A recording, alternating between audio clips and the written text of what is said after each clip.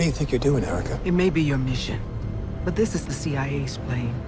It doesn't take off without my say-so. We need reliable intelligence, and we need it now. This scenario is precisely why the IMF exists. The IMF is Halloween, Alan. A bunch of grown men in rubber masks playing trick-or-treat. And if he had held on to the plutonium in Berlin, we wouldn't be having this conversation. And his team would be dead. Yes, they would. That's the job. And that's why I want one of my own men on the scene to appraise the situation. Agent Walker, Special Activities. His reputation precedes. You use a scalpel. I prefer a hammer. My man goes, or no one goes.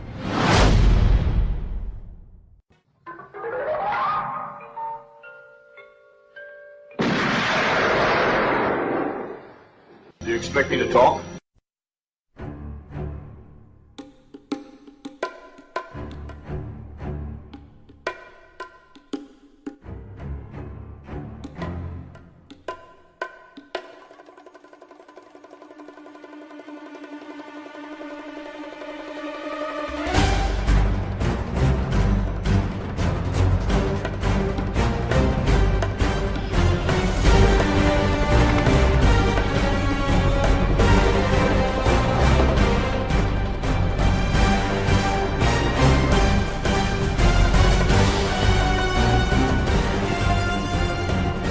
Good evening, Mr. Bond, Mr. Byrne.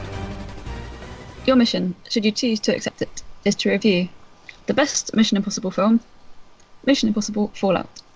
As always, should you or any of your Do You Expect to Talk team be caught or killed, the Secretary will disavow any knowledge of your actions. This introduction will self-destruct in 5 seconds. Yes, welcome to episode 153 of Do You Expect to Talk. I'm your host Becca, and as always, joined by my fellow agents Chris and Dave. How are you doing? Good evening, folks. I'm doing fine, thanks. I mean, I do have an opening gag, but unfortunately you can't see it because it's it's not a visual experience, and you can't see my CGI moustache. Ah, yeah. Becca was complaining her beads had worn out before the show. You can imagine what we did with that. The other image, I'm not going to tell listeners what I was thinking about off screen. It's all right. The image is all in our heads. It's fine. Another mental image I had was that scene in Red Dwarf where Rimmer's got these worry beads, and then by the end of it, they're so small, you like ground them down and down and down, and they're just literally the size of like 5p pieces, and they're like. So that's the other image I had. The episode Rimmer World, folks. That's what it made me think of anyway. So yes, we've finally, sadly, come to the end. Well, the end, but not quite the end, of our Mission Impossible review series. We were a bit gutted earlier. It started the thread that's on social media because, well, we'll talk about it a little bit later on, but we're going to do a commentary next week. And the reason we're going to do a commentary next week is I think we can't believe it's over already. Got better to let it go. It was like, oh God, we really like this. We're looking forward to what we're doing next, but this has just been terrific, and we've enjoyed it. Most of the shows have come out really well, and yeah, I was just like, we done already? What about if we do a commentary? It's flown by, hasn't it? It really has flown by. Yeah, I mean, I was toying with the idea. Should we maybe just do a commentary? Just to sort of sneak one in. Why not? Kind of thing. I think it just felt like, yeah, why not? Seems we enjoyed it. And why not? That's Barrymore would say. Before we get to that, tell us about this week's film, Becca. I just realised last week was the first week I've done it in this series. I've just done the cheesy Mission Impossible introduction and haven't done any of the usual. And then we've just sort of got carried away and chatted about other things. I thought it was quite funny. I thought, oh, this is a bit unusual.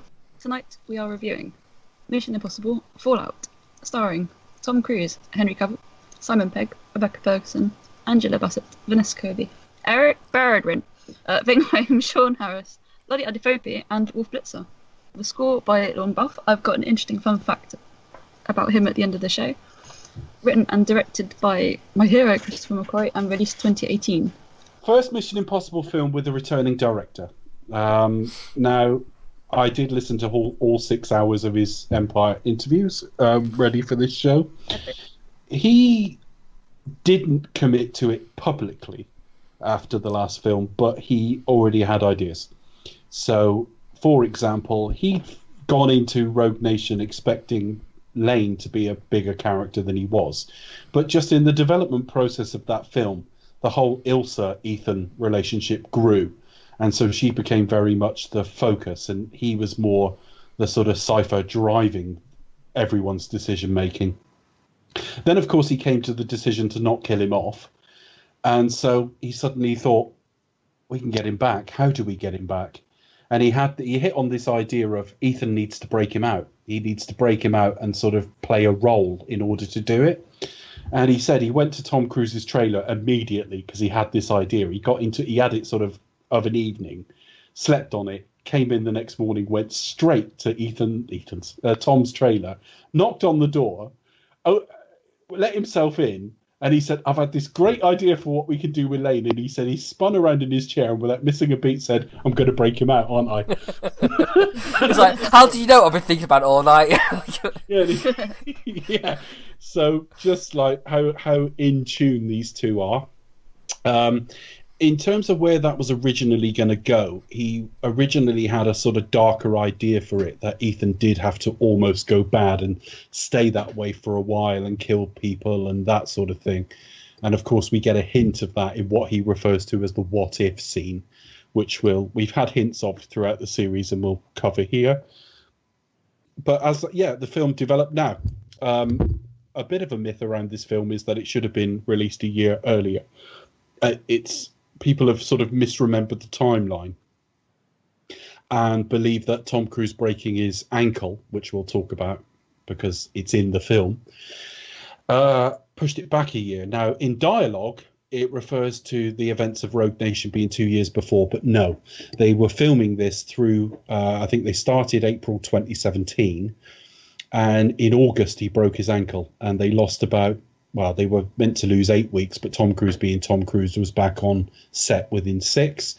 There's one scene in the film that's not him. There's a bit where he rolls down a roof, and they used a double for that because his ankle was fragile. He wanted to do it, but they just said, no, let's not risk it. What's the point?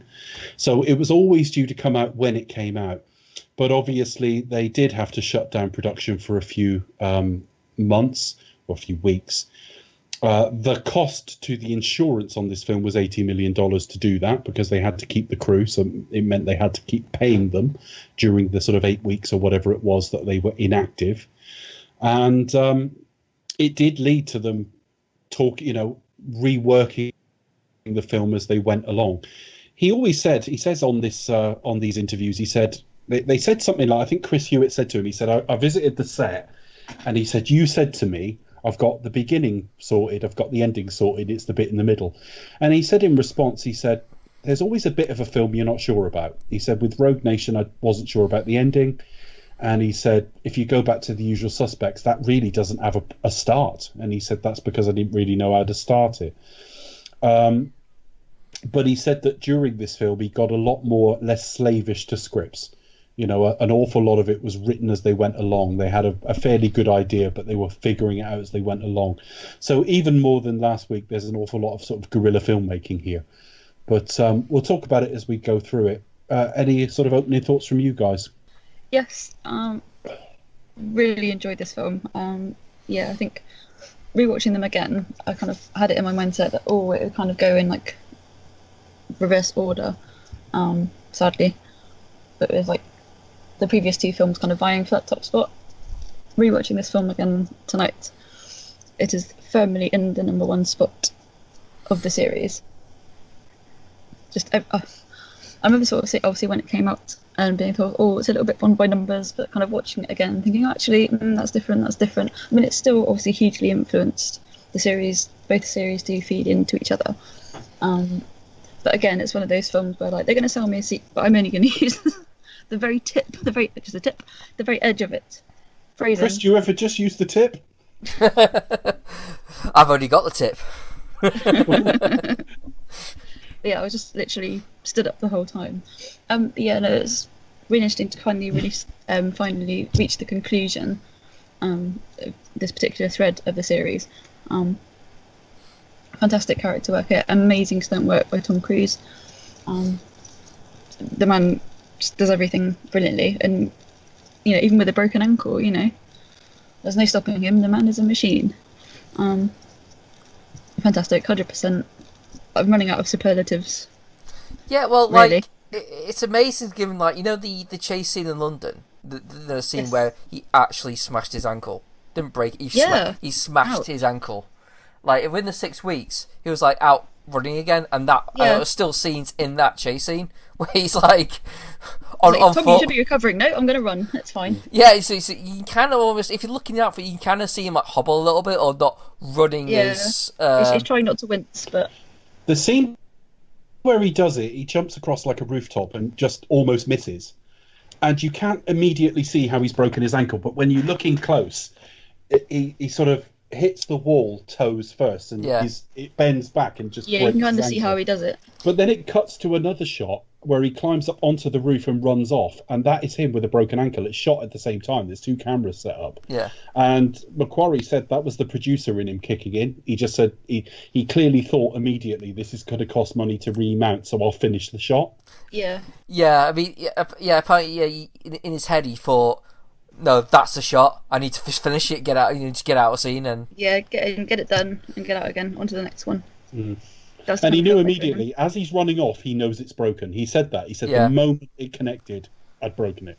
Yeah, Yeah, I bet. I mean, it's worth listening to like any interview Corey does about it because you know when he's referring to Cruz, it's like it's absolute madman. Like here's this guy who's just smashed his fucking ankle doing a stunt, and he walks up to him, is like sort of. And his first words were like, "Did we get the shot?" Like, yeah, literally, he didn't worry about his broken ankle. Like, did we get it? Did we get it? It was like, yeah, we got it. Good, because we're not coming back again. We're not going to do it again. I think it's fair to say that as well as he's aging, there's a degree. It gets a degree more impressive every time. You know, when he was doing it in Rogue Nation, and not Rogue Nation, when he was doing it in Ghost Protocol, and you were like, "Christ, you're 48 filming this." That was impressive enough, but all this, he's now like 56. You know, and it's just like, where does this end? And there are various. Doing it into his 90s. Wouldn't rule it out, would you? I mean, how old was Roger Moore when he was at his most like? In his 90s. At his most, oof. He's 11 to 12. I'm writing a series of articles for Set the Tape. I don't tend to promote Set the Tape here, but I'll mention it because I know people read it. But setthetape.com, I said back in March, I think, I said, would you like me to do a road to Bond 25? I thought we'd have a name by now, but even when we have a name, I've written so many of them, I think it will just stay the road to Bond 25, even when we got the title. That is the title, Bond 25. So I just said, well, if I count from here and I count the extra bits I want to do, like becoming Bond, and I'll put that after Majesty's, and I want to do Never Say Never Again, and I want to do Everything or Nothing. If I do all of those, if I start here, which was, I don't know, April or something, I can have one episode a fortnight, and it will be just in time for the new film.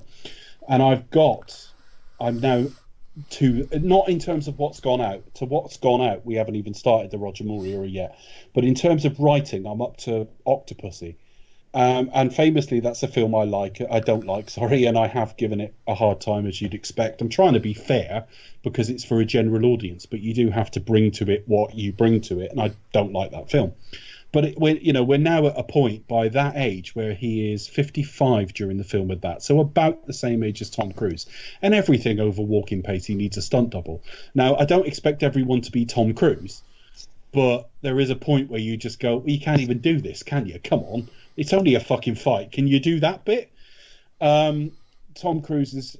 It's been a real selling point for the series. I'm never that bothered about stunt because it's a stunt man. They're trained to do it. It's impressive action sequences, but when it's him, it adds something. Partly because he just doesn't need to do it. Partly because he's a bit too old, and partly because that he's driving the process as well. The fact that the stunts are so outlandish is him going, "I'd like to try this." It becomes part of the spectacle, doesn't it, as well? The fact that he's doing it live, as it were, and the fact that they are so dangerous, and he's like, "Yep, I'll do it." And it's like, if you replaced him with another actor who wasn't doing all of this, it would take something from the film. It really would. I mean, it's part of the reason why we go to see these films now, because he's going to do the stunts, himself. And in camera, he's not going to, I'll get my stuntman to do it. You know that he's going to be doing them 100%. That's part of the appeal. When he said, when it's me on a bike, I shouldn't be wearing a helmet. You should be able to see it's me and all the rest of it. And it adds something, because you're watching it and just going, I can't believe he's doing this. It's crazy. Now, of course, if you can do a stunt in the safest possible way, like the bike isn't on full view, so you're on some sort of trailer or something, they'll do all that. But there are points in this film where all of that failed and he just had to free ride it. And, we'll get to all of that. We've just referenced the Christopher McQuarrie interviews for Empire. If you go to the Empire podcast and search Mission Impossible, he did a shade under, I think it was about 2 hours 30 something for Rogue Nation, and then he did a 2:48 and a 3:0 something interview for the Empire podcast last year. They didn't come. The second one didn't come out till around Christmas, because I think it was around the time. I'm trying to think what was out by then. I think it was on home release by the time he did the second one. But really, really worth it, because if you ever engage with Christopher McQuarrie on Twitter or something, I'm not guaranteeing he'll answer your tweet, but he answers a lot of them. People will ask questions, and he will answer them, and he will answer them honestly. And he's a very, very welcome presence in the filmmaking world for that alone. He's quite open about the process. He talks a lot about the testing process. I mean, a lot of filmmakers would be precious about that. I changed it because the test audience didn't like it. Who would admit that? But Christopher McQuarrie is right on the table with the importance of testing. He's quite open about that sort of thing, isn't he? Which is refreshing. Yeah. So I would recommend those. Definitely go seek those out. He's done other interviews on other podcasts, but they're shorter. You get everything you need here. Have you guys listened to those interviews? Oh, I remember listening to I think I might have listened to them back in the day. I'm not revisited them. I've listened to another one on Q&A he did on both Rogue Nation and when we had Tom Cruise with him. And they're talking about sort of hanging off that plane, and I've been so number one concern is a bird just coming off and knocking Tom Cruise's head off. But he's there. Let's listen to it again when we talk about Fallout, and that was about 2 hours as well, and he's just talk through. Yeah, I say the entire process, just what it's like working with Tom Cruise, and the two just seem to be in sync one another. I mean, he best described as our whole relationship with me and Tom is basically us talking about films with occasionally be interrupted with production. The whole thing is just they're just shooting ideas, and all of a sudden it's I guess we're filming this now. Well, he did say in the Rogue Nation one when they tested Rebecca Ferguson, he said we were arguing because Tom Cruise was watching what she was doing and saying, no, I want the character to be more like this. And he was going, but we're not shooting the film yet, Tom. I.e., it doesn't matter whether her take's right. She's doing what we're asking her to do now. And he said the problem was we were sort of only verbalizing half of sentences. So she must have wondered what the hell we were talking about. And so they're very simpatico, and it doesn't surprise me he's writing on Top Gun. No. Yeah, so I think definitely. He will have McQuarrie. And McQuarrie isn't just the director now, in that he's not, I'll only write what I direct. So he still gets involved. He was second unit on Edge of Tomorrow. And he's been involved in lots of stuff. And that's where he talks about lenses and stuff. I think the only thing I'm going to add before we get to Chris's opening thoughts is, while we're on the subject of McQuarrie was asked to come back, and Cruise asked him, the studio asked him, but Cruise asked him as well. And he said, well, no, Tom, he said, I know I've had the ideas, but he said, the whole point of this series is you have a different director each time. And he said, well, we never wrote that down. Rules are there to be broken. And he said, well, I'll do it. I don't think this was one conversation. I think he went away and thought about it. But he came back and said, I'll do it on the basis I can change everything up, everything entirely. So he said, I want a completely new crew. He said, I want new music. So he said, Joe Kramer had done everything I'd ever made so far, but we obviously got Lorne Balfe. He changed the cinematographer for Rob Hardy, and there's a lot in the interview about conversations with Rob Hardy about lenses, because he openly says, when I did Jack Reacher, that was the first time I ever even looked at lenses. But now, he said Rob Hardy wanted to shoot with 35 and 50mm lenses, and he said they're sort of human eye. And he said, you try and film a chase with that, and it looks so slow. He said, we were watching the rushes, and Tom was going, I can't go any faster. So they had a bit... But Rob Hardy describes his visual style as tungsten, which is probably another way of saying chrome. You know, it's got that very slightly desaturated, slightly grainy quality to it. So when we talk about Bond, Rogue Nation is the Bond film of this series.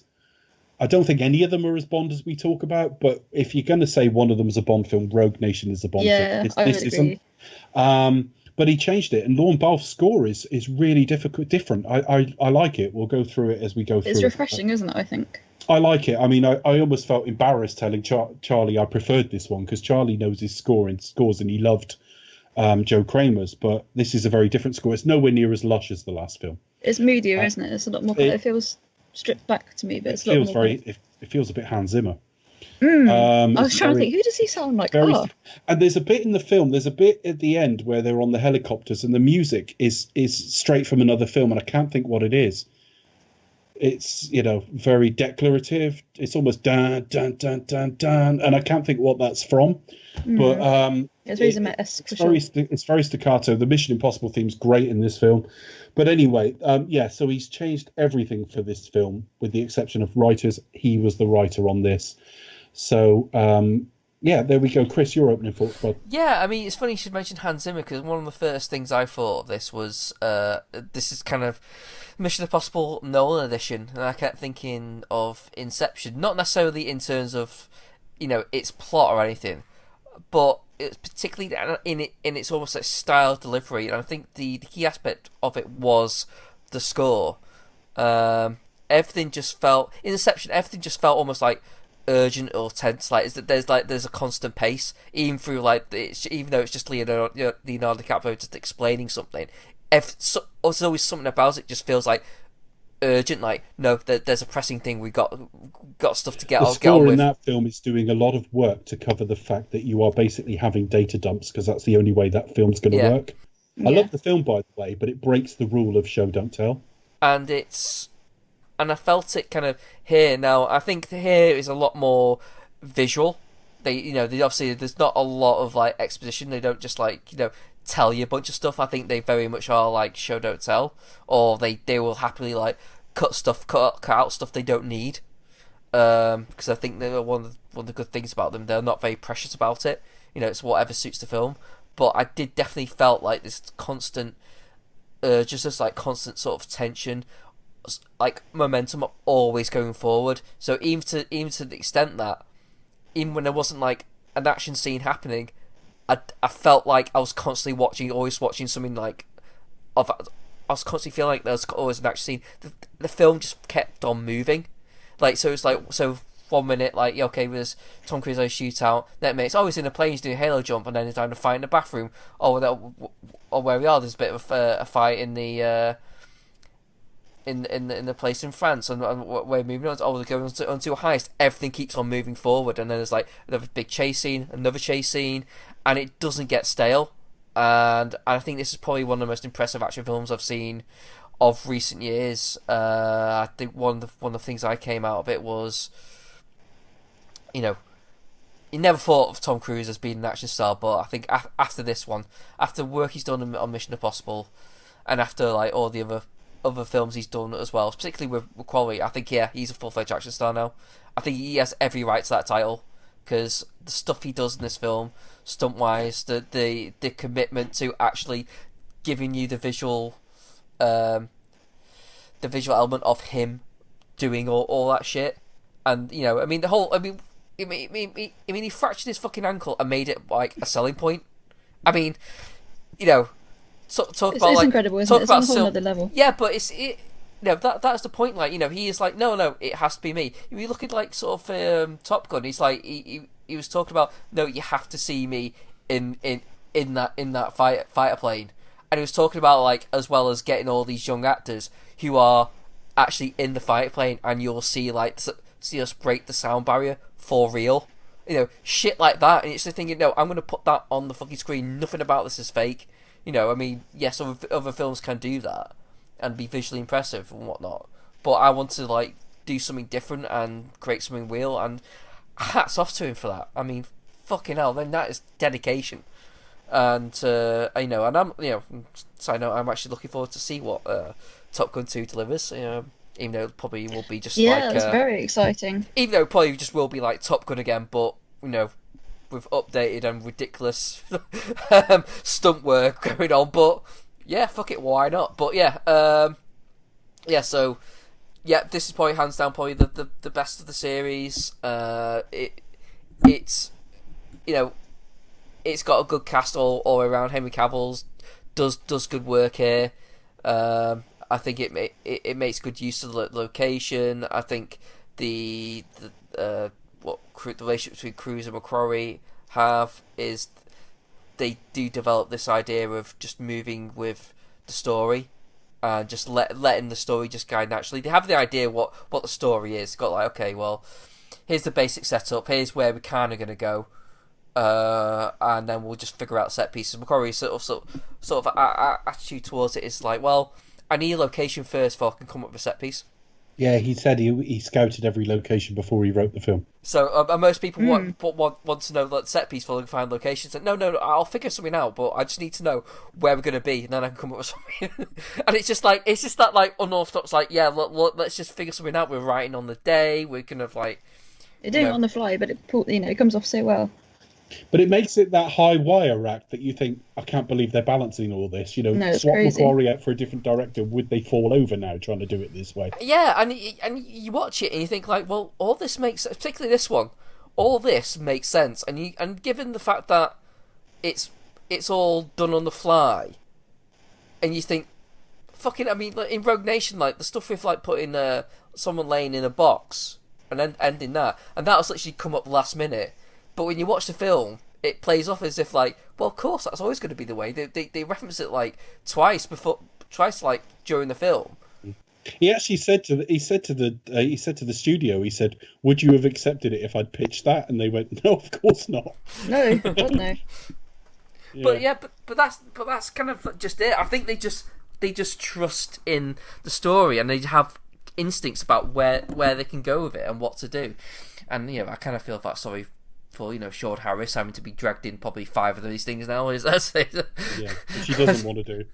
It's like, you motherfuckers, and don't even kill it. They don't even kill him in this. This would have to be in consideration for like awards when it comes to things like editing. Yeah, because how do you cut when everything's got payoffs? When everything is set up in payoff, how do you cut a 4-hour version down to like 2?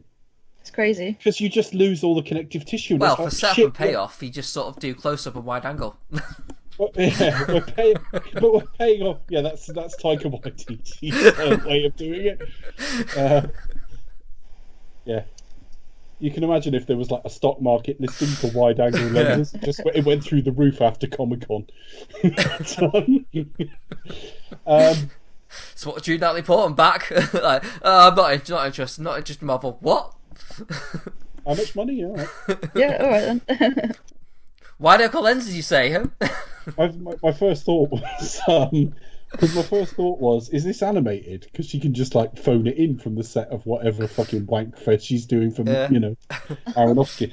Just to talk a little bit before we get into the film about Henry Cavill. The original, he won't name the actor, but he said that he had an actor in mind, but he always had Henry in mind, and he said it was the Man from U.N.C.L.E. He said he saw him in the Man from U.N.C.L.E. and said, "There's a villain in that guy.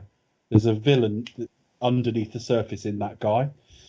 And he actually said, I don't know, he said he saw a little bit of Clark Gable in him. He said, but he was doing another film where he had a beard, and he trimmed it down to a moustache, and said, "What about this?" And he said, "Absolutely fine." And McQuarrie was pushing all the way through marketing of this film to say, reveal him. It's not a big reveal that he's the villain. And in fact, Tom Cruise said, "I'm happy with this." There was a big fight over the fact that he was Superman and stuff like that. And he said, Cruise said, the only thing I want is, he said, I don't want the audience to be disappointed when he's a villain. I don't want them to think it's the budding of a beautiful bromance. And then when he turns bad, the audience is disappointed. So that's why he's seeded as uncomfortable with the IMF from the start. And he also... sorry to interrupt, but that's also like, there's not many people, filmmakers like that, who come out with stuff like that. I mean, a lot of time you think about, all right, well, you want to surprise the audience, so it's a lot of it's about masking. But he's like generally think, no, it's a bit more complex than that. You can't let the audience feel cheated. Yes. They are like, they do have these natural impulses to know exactly what the audience will be satisfied with at the end of the day. Yeah, and he tested the film extensively, and he said that one of the audience said, "Oh, it's obvious he's the villain," and he said, "When from?" And he said, "Well, when he handed the phone over," and he said, "What? You mean the big reveal where Lord Bolf's score?" What will we linger on the phone and this big ominous music blares out? Yeah, and you can tell that he's the villain. He said that was absolutely deliberate. He said we wanted it out there fairly early. For the whole moustache thing, he said he took a lot of shit on Twitter about it, from people saying you ruined Justice League and all the rest of it. That's not what ruined Justice League. But but he said, we tried. He said, but we got to a certain point in filming where he was contractually obliged to go and do the reshoots. And he said the truth of the matter was somebody was going digital. He said there was only one way. He said because they originally said to us how much to let him start growing it back out, and then we'll fill in the rest with CG.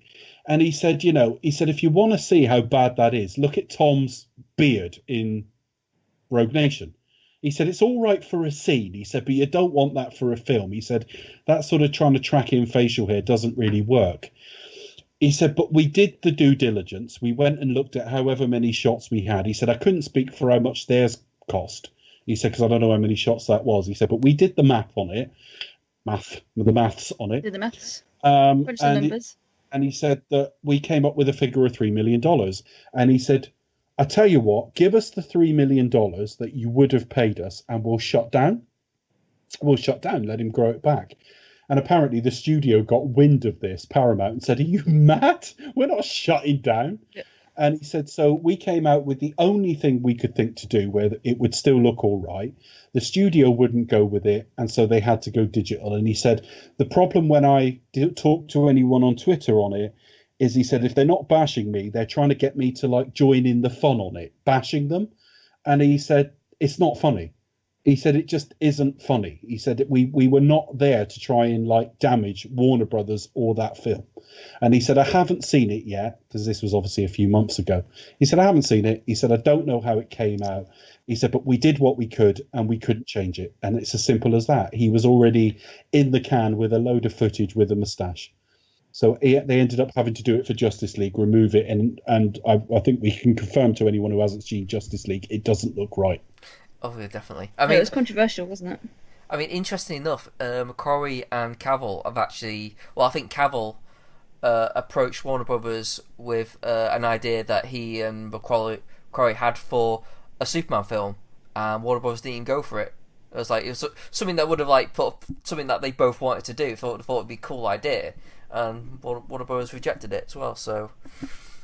Yeah, what McQuarrie said on Twitter the other day, I saw it in my timeline as he tweeted it. He said, yeah, we had an idea, and he said they didn't want it. It seems studios don't want my ideas, they want me to fix theirs. Yeah. So there you go. I would take a McQuarrie Superman film in a heartbeat. In fact, I'd take a McQuarrie anything in a heartbeat. He's done Oscar baity films, and now he's done like one of the definitive action films of the decade. He's behind, Usual Suspects. Yeah, he's got an Oscar for that. Exactly. So yeah, he can make any film he wants, quite frankly.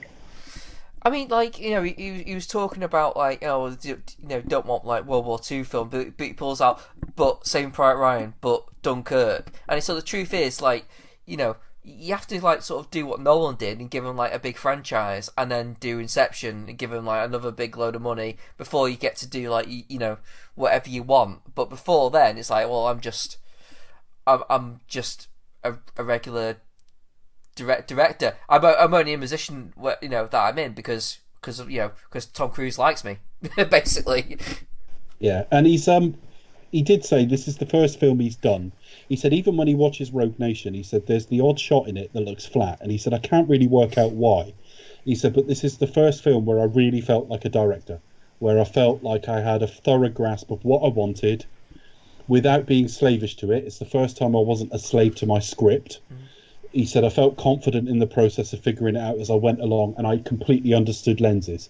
So when like Rob Hardy was putting the wrong lenses on, he said, like, I'm not going to tell you what to do, but and Rob Hardy eventually was like, okay, and put 100 lenses on it, and he was like, actually a 135 would work there. And he tells all these stories, but yeah, I mean, for my first thoughts, not an awful lot to add to what you said. I think this is one of the definitive action films of the decade. Now, if I was to mark action set pieces, the Burj Khalifa is still the best action sequence in the series, and I think this film is more than the sum of its parts, because actually some of the big ticket items in this film didn't impress me as much as I think filmmakers were hoping, but we'll come to it.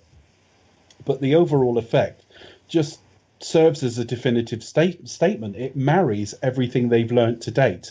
We started off with Ethan as a cipher, not really a character, and 3 started developing it, but then that dropped out a bit in 4, and now it's built on Rogue Nation, trying to tell us a bit about him. And, Macquarie was keen to have scenes that were effectively in Ethan's head, and we've had that now.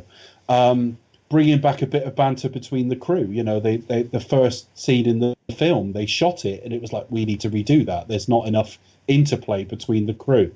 He understands what he's doing with all the action sequences, and each action sequence moves to the next bit, moves to the next bit, moves to the next bit.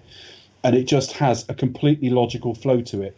He said one of the test screenings were like, could probably do with a trim. And he's like, where? He said, there is really very little you could trim out of this film. They've got a complete and total understanding of what they're doing now. And they've slowly developed this character in plain sight. So now, if you're telling me Ethan Hunt isn't a character, you're having a laugh, aren't you? We've learned more about him in the last 2 or 3 films than you would about the action lead in most franchises. So I think a good grounding is whenever you're sort of talking about sort of, or whether you know a character, is when you sort of think, what would X do in this situation? You kind of know, if I put Ethan Hunt as a character, I can kind of I probably have a good idea of what he would do. I think we all would. And we see him a little bit off duty in this one as well. We see what a lonely life it can be. They build the relationship with Ilsa again, add a bit more to that. We get closure on the whole Julia story. As I say, the action set pieces are great, but I actually prefer some of the slightly smaller ones than the sort of real big ticket, look what he's doing in this film moments. And it's virtually perfect. I came out for the first time, I think, in the whole series, thinking I wouldn't have changed a frame of that film. Absolutely perfect. The location choices are excellent. The plot is well thought through. There are subtle differences between the plots because, again, at a high level, you keep thinking they keep being disavowed, and it isn't quite that. So, yeah, absolutely terrific stuff. And his whole attempt to go and get a different look and feel has paid off. This is not Rogue Nation Part 2. No. So that's all I really have to say as an opening thought. Yeah, it's very much its own beast as well, isn't it? It isn't just a kind of like a follow-up to the film, but it's very much its own installment in the series in its own right, as you say, not just part 2. It's kind of crazy that in film 6, the series only just started to find its feet. Do you know what I mean? It's like it's in full swing now, and they're going to film probably another 2 films back to back. I don't know how Tom Cruise's body can take it, but here he is going to be in his 60s. He'll keep going. He's a machine. Yeah. He'll keep churning him out, and fair fucking play. I'll be there watching him. Yeah, we can all hope that we're still doing these sort of things in our 50s. Well, I'm not doing them now, so I doubt I'll suddenly start. You might, Dave. Who knows? Yeah. Jeremy Renner's not in this film. We'll just quickly address that. He's busy making the Marvel movies. Jeremy Renner, they had an option for him and Macquarie said for the Avengers, he said, which they ended up not taking up. So he clearly means Infinity War. And he said, well, the only thing I can do quickly is I can bring you back to kill you. And he said, no, I don't want to do that. There's a line. There's like, because he was going to kill off like Benji or Luther, and obviously skipping ahead, there's a line where they say, oh, we should be dead by now, and I think that's a callback to that moment. Yeah, the only time I can see it where he's either like does the Alec Baldwin bit or he's in the opening bit where it's where when Luther's been caught, possibly. Yeah, he'd have probably been killed there. Yeah, I would have thought. Yeah, that's it for opening thoughts. Shall we discuss this film sequentially, folks? Yeah, why not? Yeah. So he started. The other thing Macquarie said, he said that he was determined to get to the titles very, very quickly. He said, "We'll just have a quick bit of that, bit of that, bit of action, and away we go." Yeah, it's like fucking quite a long time. Actually, 16 minutes, 16 and a half minutes. We're taking a long time. Yeah, so it's now the longest to get there. 16 and a half minutes. Is that longer than the Bond film was done? Yeah, that's 13 minutes. This is 16 minutes. Well, yeah, if you get to the guy, I think it's 14 and a 14 bit. Point something. For The World Is Not Enough.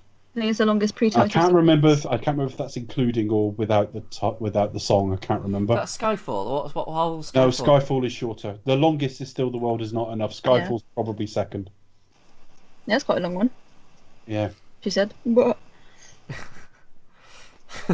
Yeah. So it was hanging in the water before he fell off the train. So yeah, 16 and a half minutes. The other thing, I just love the sort of making things on the fly, because we start with a dream sequence. We'll do that first. He's by a lake marrying Julia, and the minister doing it is Solomon Lane. The minister you wouldn't want to do your wedding. Yeah. And this was by accident because they're originally going to have. And he's like, is it? Oh, wedding. We have a wedding. And observe the fanny. And later you'll see the fanny. No, yeah. Apparently, it wasn't. That was all off air last week. No one knows. So it's famous impressions again. But it did have the line in it. Now here we have the fanny. Anyway, carry on. Yeah, so you have Sean Harris doing his Peter Cook impression. Marriage. Marriage. Now, originally it's going to be Alec Baldwin's character Hunley. I didn't know that. I've listened to all these reviews. I didn't know that. Yeah, originally that was what they were going to do, but just out of like time and because Sean Harris they thought, okay, well, how about this first placement? And now it's like, well, I can't think of anyone else better than someone like doing it because it just makes perfect sense. And the vows are, do you promise to live like a double life and all that? To lie. And he's going, stop, please stop. Yeah. And it's counterintuitive pain. He's not getting angry. He's just bewildered. And then it ends with an explosion that basically annihilates them. And he wakes up in just the grimmest place he's living. Dublin. And it's Belfast. Belfast, sorry, yes. It said Belfast, and what I loved is Macquarie, they were filming in London, and they walked out onto that street where Tom Cruise actually opened the door to get like the package. And he said to the crew, he said, where are we? He said, what does this look like? Even a little bit? And someone said, well, it kind of looks like Belfast. He said, fair enough, it's Belfast. Another place beginning with B. Yeah. Bombay. No. Yeah, making good use of location there. Look, it's shopping. Actually New Zealand. Meant to be India. It's actually New Zealand. Can you just imagine like Bond going to Belfast in the next film? Just yeah. Well, very scenic. I've never been. I'm sure it's lovely. But yeah, my dad's worked there for a while, so. Yeah, but the thing with the dream sequence, it was a good way to introduce Julia into it as well, because they always have the idea is like, well, you always have to do a film and make it work for. Don't assume that people have seen the previous films. Yeah, because they said we got to sort out Julia, and he was like, okay, then I have to reintroduce Julia. You have to assume anyone watching this hasn't seen. It's a good way to call back to a previous film as well. So you've got Lane saying you should have killed me, Ethan. So it's like, okay, so he was the bad guy in the last one. Okay, so he's back. And okay, so he was involved with this woman. We don't know if he did marry her, if you've not seen a previous film, or whether he was planning to. Whatever the case would be, but it's not going to be a sudden surprise later in the film when she just arrives in Kashmir. So just really thoughtful, obvious storytelling, but it's only obvious once it's done. You know, because if I was writing this, would I think to do an opening scene with Julia when she's not in the rest of the film? I probably wouldn't. Yeah, and that's probably sort of just explains that whole why it took so long to get to the title sequence, because nothing feels right until we actually do get to what we get to. So he picks up the package and he gets basically his mission. That's the one line in the film I don't like, because I know they talk in code. What I don't understand, and I thought about this when I first watched the film, who gives them the code? Do they get a phone call from head office? Says, right, this guy's going to turn up, right, and he's going to say, there's a coming storm, right? And you say... and you say, right. You say, I am the storm. Say it like that as well. I am the storm. Yeah. Oh. When he opens the package, it's a tape inside a book, and he said that was the one nod they decided to do the TV series. That happened a lot in the TV series. Which it was inside the book, and also it was the Odyssey, isn't it? Because it has like an epic film. This film has like an epic feel about it. Yeah. So inside a copy of famous epic Odyssey. The Iliad's better, folks, but there you go. So yeah, the mission. He said the voice for it. He said they kept testing people to do the voice. And he said, what we had is a lot of people who were like announcers, but they weren't storytellers. He said they have to tell you the story of what's going on. So that voice, it sounds nothing like him, but that's Christopher McQuarrie. Yeah, I was going to say that's the director, but he has a really good voice, I think. So that's not what he sounds like in interviews, though. He's putting on a voice. No, he does put on a little bit of an accent. You can tell. Yeah. But I thought he was quite good actually. And then when you hear him speaking, he's very eloquent. And he's very sort of considered in his speech as well. But sort of listening to that, I remember sitting in the cinema and watching this film and thinking, I think that's a director. I've heard that voice before. It doesn't sound like him to me, even now I know it's him. I think it does a little bit because he's putting on a voice. But no, very cool, very fun fact. And it's a little Hitchcock cameo for him. Why not? So the mission is that in the 2 years since the Syndicate, they've sort of morphed into the Apostles, these sort of ongoing... Now, apparently, and I didn't spot this on second viewing, you actually see Henry Cavill in and amongst them. Thinking you miss it, there he is. Yeah, apparently he's in there. But, basically, the Syndicate have become the Apostles. They've been in contact with a guy called John Lark, calling himself John Lark.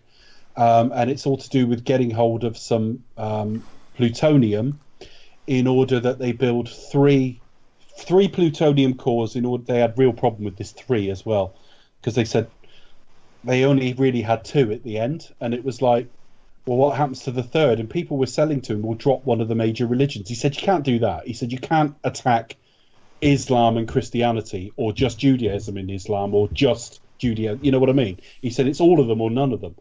But we'll see how they dealt with that a little bit later on. But the point is, Lark has got hold of some sort of nuclear scientist who we see in a little while. DeBrook, isn't it? DeBrook. And they're going to attack 3 holy sites.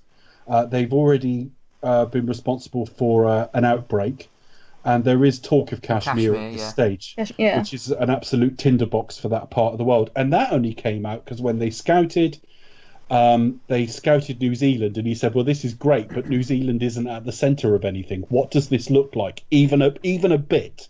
And somebody said it looks a little bit like Kashmir, and he said, perfect, given where it is. That'll do. Because Kashmir is between like India, Pakistan, and Iran, is it?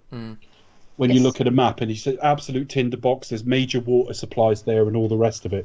And that was the thing where they sort of like, okay, well, why are the villains saying this was literally before shooting? And they go like, oh, well, let's look up Kashmir.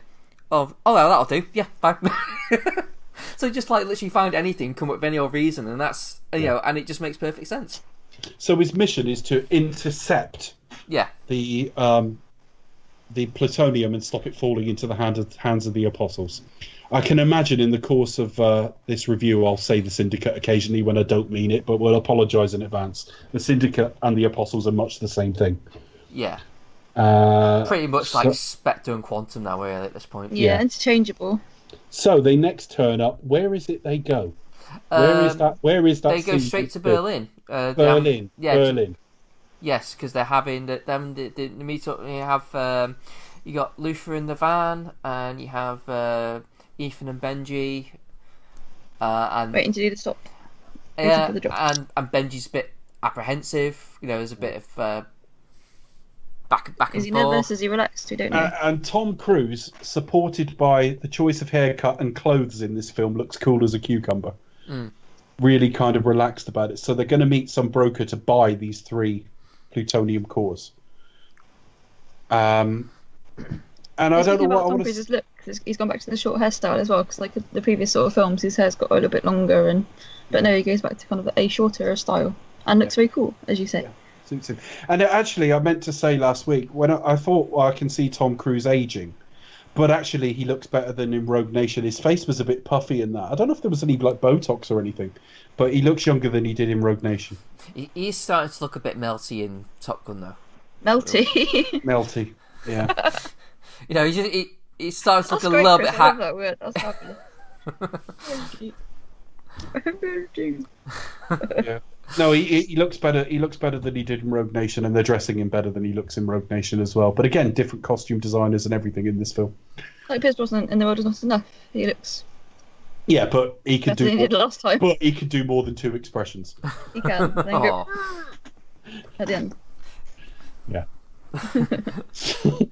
Anyway, yeah. So they're basically there to obtain the 3 nuclear cores, but they get hijacked essentially. Yeah, they get hijacked. Luther is sort of, the lights all go off, and then he's grabbed from the van. And then what? Benji sort of, it basically, the car is open, so Ethan, the cores are on the floor. The car they pinch from Tomorrow Never Dies. Yeah, it's a remote control one. A lot of this film is they can get away, they can get away, but it will cost them Luther. He's at the end of a gun, and Tom decides not to. He shoots Luther, but he shoots him in the chest where he's wearing a vest. A bulletproof vest, by the way, not just like a wife beater. And bullets just bounce off his chest because he's. And when they look around, the cores have been taken, so they've lost. And then it is straight to. Is it straight to credits from here? No, we go straight to. We get to the hospital and the newsflash. We get the announcement of. No, it's the newsflash next. So again, this has the look of deleted scenes to it. But it doesn't matter. It works quite well. DeBrook's in hospital, and he's watching CNN and Wolf Blitzer. This is CNN. And he's reporting attacks at 3 holy sites, one of which is the Vatican, which is obviously a callback to 4. Mm-hmm. 3 holy sites have been attacked, and he's there all chuffed because it's basically whatever he's done has succeeded, he thinks. He's told by Luther and Ethan that he's basically been there for 2 weeks. And they need the information off the phone. He refuses unless they read out John Locke's manifesto. That if they say they can't without for great peace there needs to be a great suffering. The great suffering, the greater the peace, and all the rest of it. There's pages of it, but that's the line we get. Yeah, that's the general gist. It's just basically to do something really terrible to unite humanity.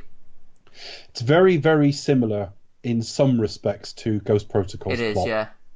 yeah.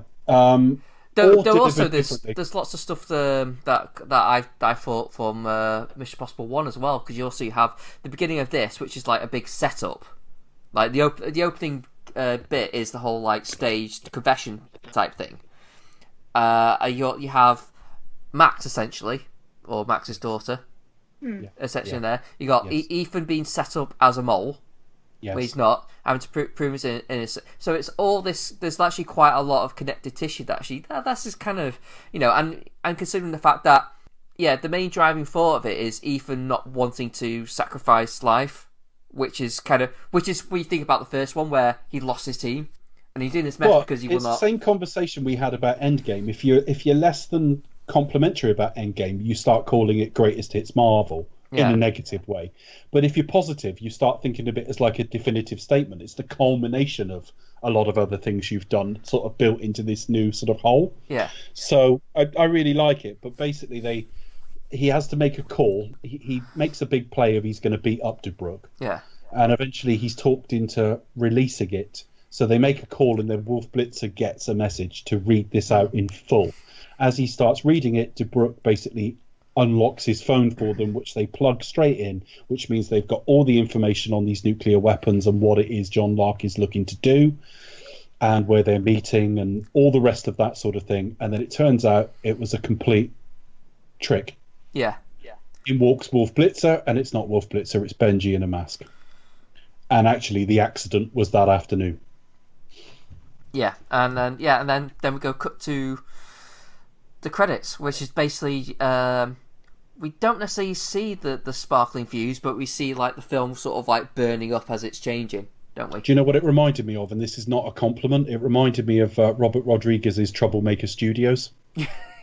Oh. That's not a compliment. I didn't really like it. It's a bit quicker than they have been. It was a little bit direct to DVD. And again, it made the same mistake as 4. It showed it just a little bit too much. The way they cut it in Rogue Nation was perfect.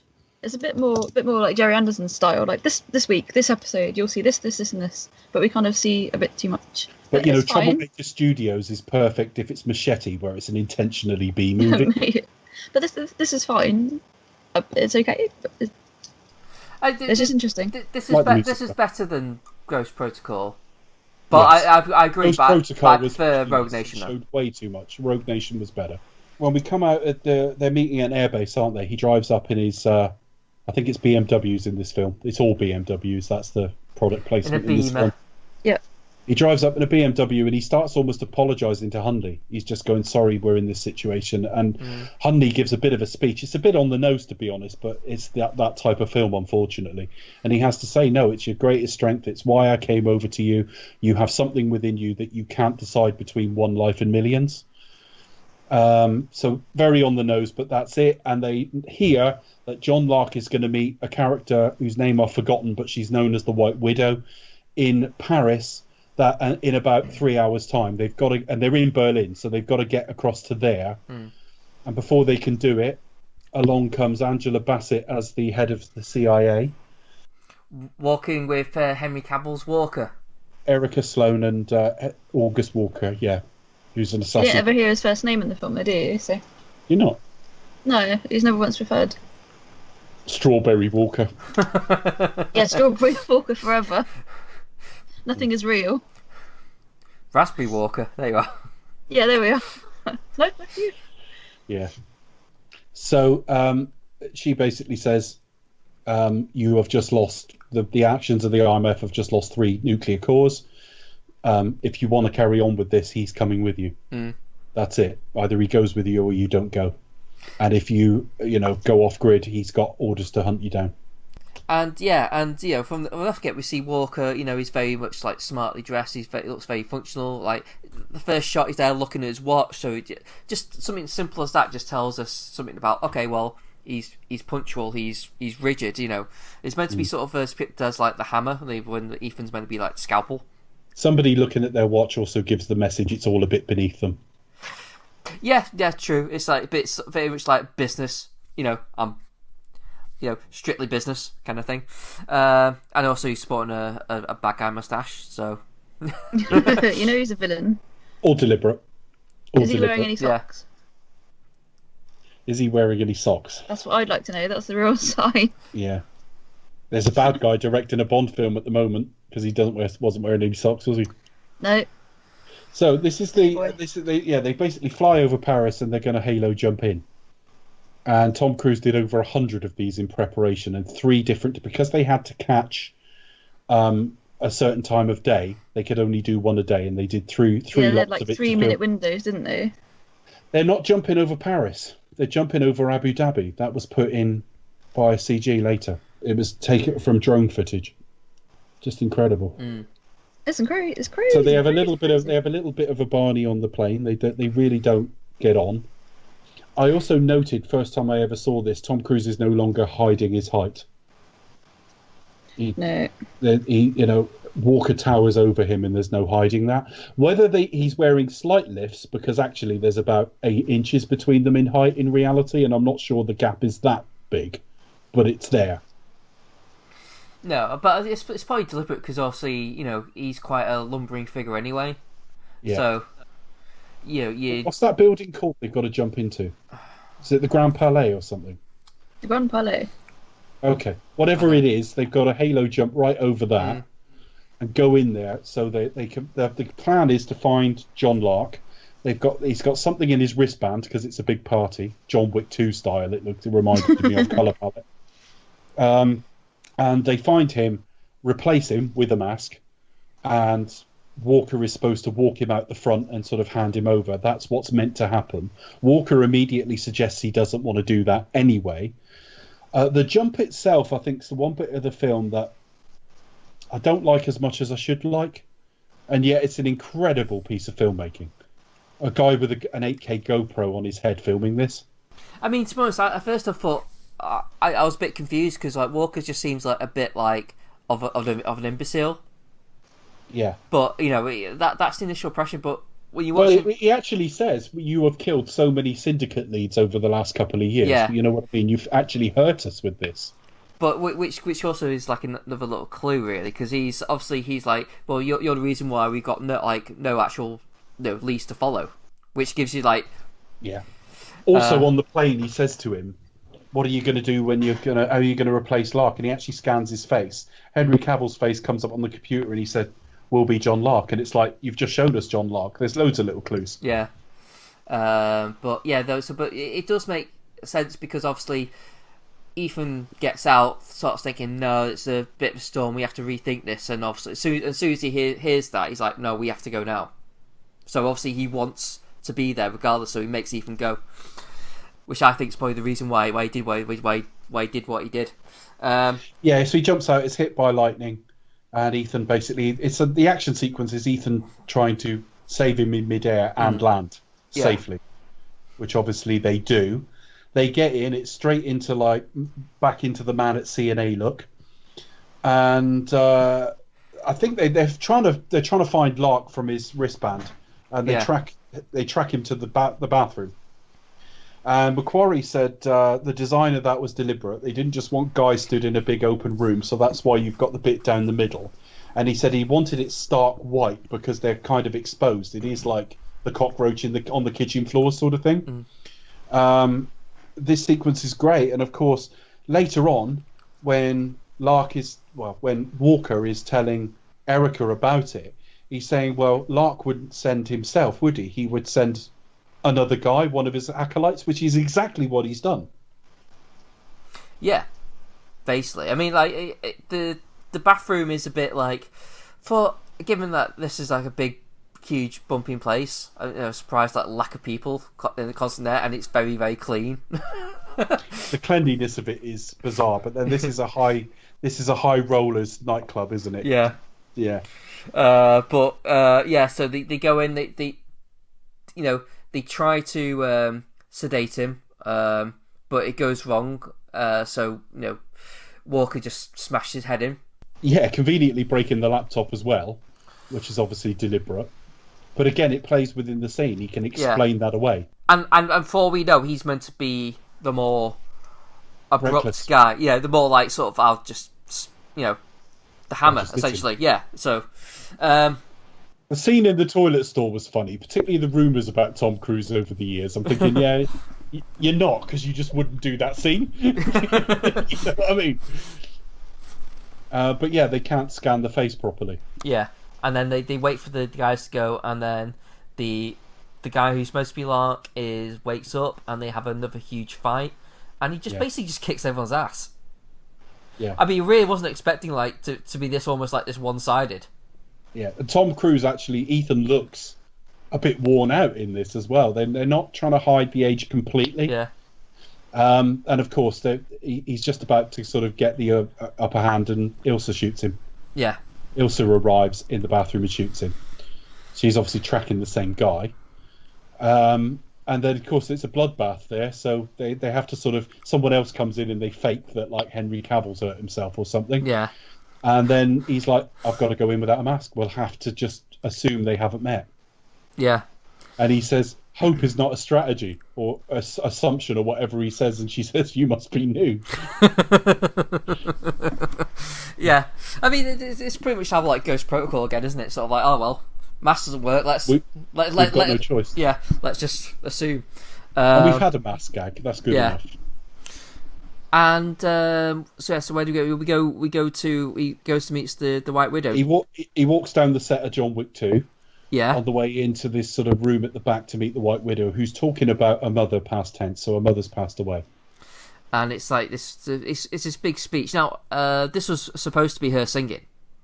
This was supposed to be like a musical number originally. Right. She wasn't going to sing a speech. No. I mean, it's meant to go in, and she's supposed to be sort of like singing this song. This was like supposed to be, and you can kind of like see some of the shots where she's caressing the microphone and says she's singing, but she's actually. But they actually decided to go with no. It actually works better when it's without a song in place. So they decided to just go through with like a speech, and it's like a fundraiser type thing. This means Macquarie and stuff has said other things in interviews. I've listened to 6 hours of the guy and I've still missed things. Well, yeah.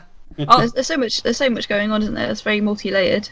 I'll send you the link to the podcast. I think it's the Q&A with Jeff Goldsmith. I think. Yeah, okay. I'll find it. Yeah, I'll send you the link. Anyway, so he meets the White Widow, and there's instantly kind of like she's instantly fascinated by Ethan. Yes. And there's this element of the fact that she just likes almost like chaos. She's almost like, ooh, well, you're interesting. And as a relative of Vanessa Redgrave, that's plausible to me. You ever look at her younger as... She looks like a relative. She doesn't look like a younger version. She looks like could be a niece, a daughter, a sister, something like that. So it's absolutely terrific. And it again, this just falls into a big action sequence, really. Yeah. We don't get time to find out anything about the cause. He thinks he's there to buy the cause. Yeah.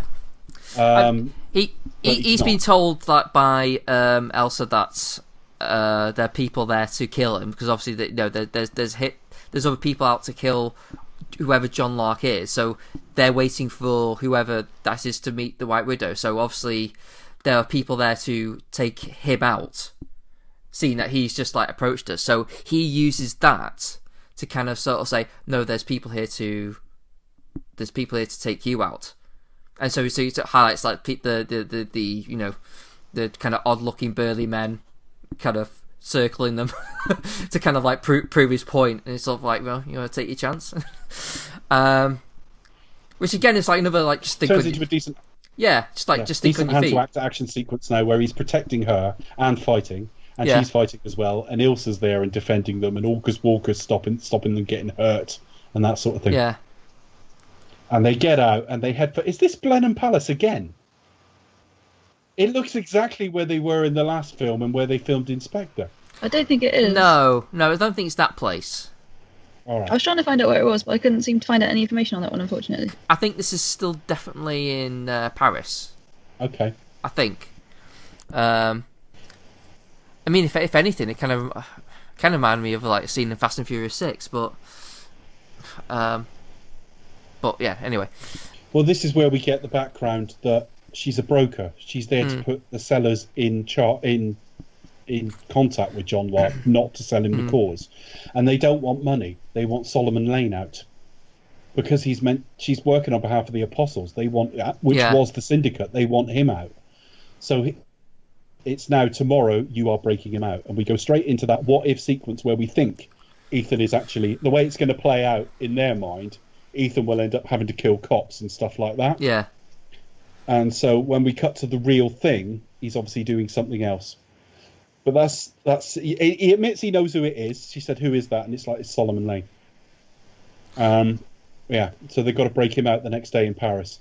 He's being transported somewhere. They're going to put like a roadblock in the place. They're going to be sent down by the canal or the river. And then this truck is just going to basically block them off and break them out and kill all the cops that are there. But actually, he times it slightly differently the next day. So he puts cameras out and times it to actually knock the van into the water instead. and then they take off in a big chase. Yeah, while the other team, Benji and Luce are getting them out. Yeah, Viva Scuba, and then we just have like essentially have like it starts as a truck chase. He loses Walker by pretending his bike doesn't work. Did he pretend it didn't work? Did he? Because he was nearly shot. He looked panicked. I don't think that was pretending. I don't know. I have a feeling that sort of. I think for the film, you don't want them riding beside each other. You need Tom Cruise on his own. That's why. But he's slightly panicked and he's very nearly shot. So I don't think that's faking it. I think that's he couldn't start it. But either way, Walker gets away first, so we are following Tom on a bike. Yeah, and he made the point that when it's cars, he tends to drop out most of the sound and leave the sound of the car. He said, but with bikes, it becomes such a drone, you don't want to do too much of that.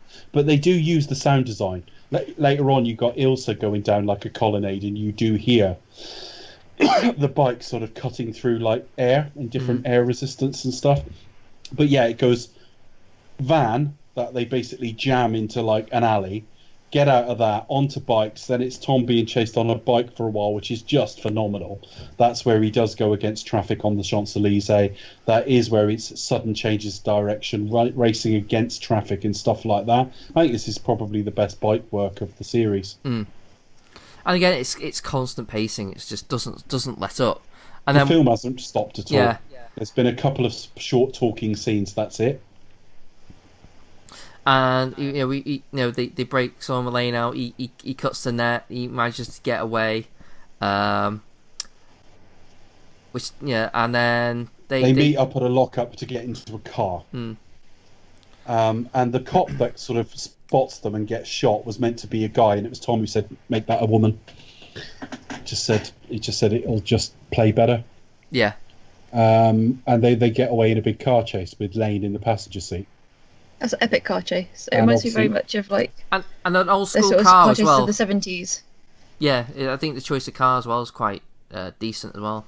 Going on the train line is deliberately French Connection. I was going to say it reminds me of those sort of classic movies, well, from the 70s and 80s. Confessions of a Driving Instructor, you know. Yeah. Because we have Elsa trying to kill someone Lane. Yeah. So following on from the last film, MI6 are making her do it, though we don't know that at this stage, but you can guess it. If you've not seen the film before, the film will explain it. The previous film, this film will explain it. If you have seen it before, you've probably worked out MI6 are making her. And yeah, again, so go from another great chase scene to another one in a car. So it's funny how like the Road Nation went from like a chase in a car to a bike chase, and this was going for a bike chase. Yeah, but yeah, both are probably a bit longer as well. Certainly, the car chase is longer than the one in Road Nation, and it's just fantastic. Cars skidding all over the place in the streets of Paris. And you got Sean Harris, doing like his casual "Good to see you, Ethan." Yeah. I was like, he points out, that was Elsa. That's interesting. But yeah, so where do we go from here?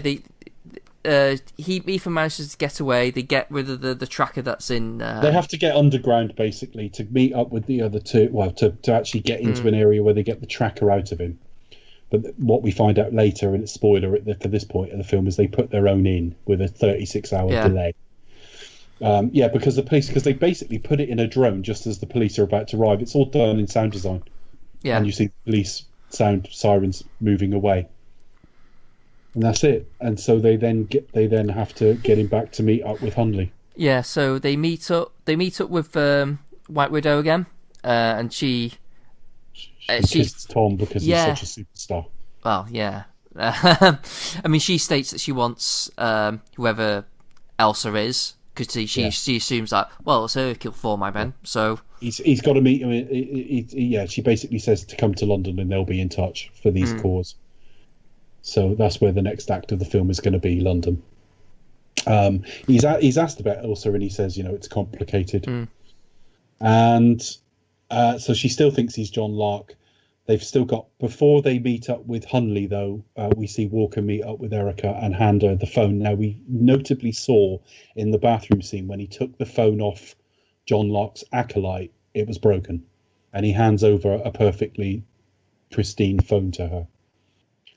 After voicing the opinion, she said, "You've often thought this was an American agent, John Locke. Well, what if it's Hunt? He's been disavowed so many times. What happened there is exactly what John Locke would do, and get the information off this phone." And he hands her a pristine phone. So at that point, we know he's the bad guy. Dun dun dun. Yeah, epic. Ethan also meets up with Elsa as well before they go to London. They're in they do that kind of like walk thing where they kind of like sort of like spot each other, and then she explains basically what you said about she's basically having to sort of prove herself to MI6, which is kind of like almost like tragic. Like she's spent the entire time with the Syndicate having to prove herself to Solomon Lane to kind of like to gain his trust, but now she's kind of have to like constantly having to prove her loyalty. So he sort of, I can kind of see almost like the connection with Ethan, where like, well, she doesn't have to prove herself to Ethan, which I think is probably what large part of their appeal of their relationship, really. Yeah. Ethan trusted her from the first moment they saw in the last film. But anyway. So we go straight to London, don't we? Yeah, we go straight to London. They meet up with Hunley. And again, this is a sequence that Macquarie wanted shot dark. And he said that in previous films he was so obsessed with lighting and changes in lighting, even to the point he said that I would establish people switching on lights and things like that. And he said I didn't want that here, and he said so we decided to have those sort of temporary sort of building lights up. But there's a bit of cross and double cross here, isn't there? Because Hunley is basically immediately saying, basically says, we're going to have to hand you over, you are John Locke. Yeah. Ethan's arguing his innocence. We never quite know. We think Hunley doesn't believe it, but we're not quite sure to start with. And they've got Lane there, so yeah. They play an elaborate double cross on Walker, basically, don't they? Yeah. So they tranquilize Hunley, and then they sort of like say, right, okay, well let's carry on the mission. Are you in or out to Walker? And he goes in. And so they come up with an idea, putting Benji in the place of Lane, and making and sort of like giving them like a duplicate, leaving Walker alone with Lane, and then which Lane will attempt to sort of show his true colours and break out someone Lane. Walker will break out Lane, that's the idea. They do a subtle sort of bait and switch just before he starts watching it on the video camera, basically. So they head off with Benji, they think. Or they see him put the mask on, but they think they've headed with Benji in a mask. Yeah. In order to hand him over to the Syndicate.